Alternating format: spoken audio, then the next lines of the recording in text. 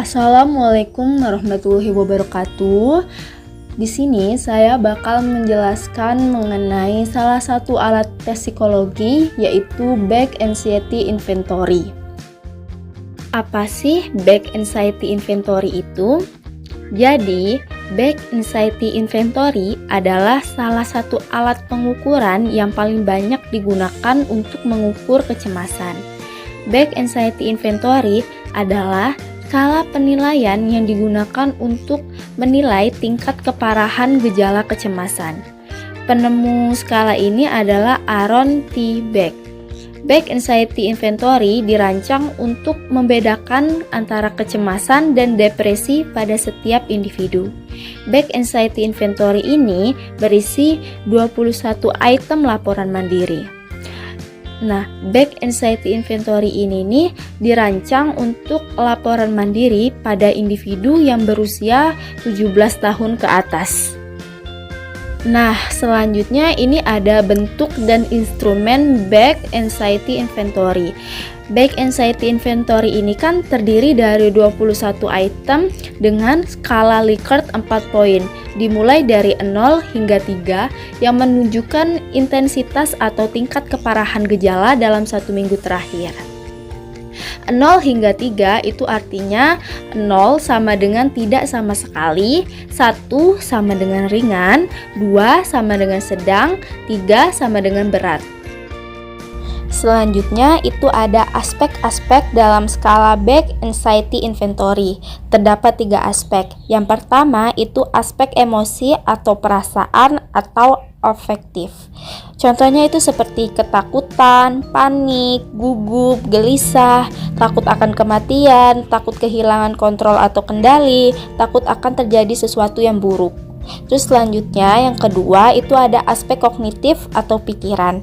Itu contohnya seperti pikiran kacau dan juga mudah terombang-ambing seperti bingung atau tidak fokus. Terus yang terakhir itu ada aspek fisik atau somatik. Itu contohnya seperti sulit bernafas, perasaan tercekik, susah tidur di malam hari, jantung berdebar, tangan dan kaki gemeteran, wajah memerah, berkeringat dingin, merasakan panas, pusing, tangan atau kaki kesemutan, pingsan, dan juga gangguan pencernaan. Nah, slide selanjutnya ini ada cara pengisian atau instruksi pengisian Back Anxiety Inventory.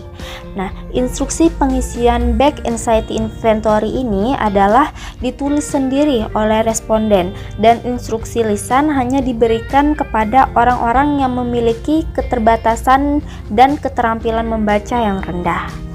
Nah, cara pengisiannya itu yang pertama, responden diminta untuk membaca dengan teliti setiap pernyataan tentang gejala kecemasan. Totalnya itu ada 21 pernyataan. Selanjutnya, responden itu diminta untuk menilai seberapa berat gejala itu yang dirasakan dalam 1 minggu terakhir. Selanjutnya, responden diminta untuk memilih salah satu skor dari 0 sampai 3 untuk setiap pertanyaan. 0 yang artinya itu tidak sama sekali, 1 itu rendah, 2 itu sedang, dan 3 itu berat.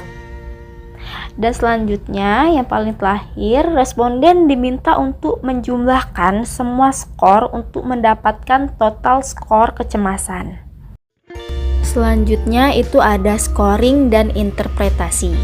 Scoring itu mulai dari 0 hingga 63. Yang artinya setelah dijumlahkan, skor diinterpretasikan sebagai berikut. 0 sampai 7 itu kategori normal atau minimal. Itu tuh artinya menunjukkan tidak ada kecemasan yang signifikan secara klinis.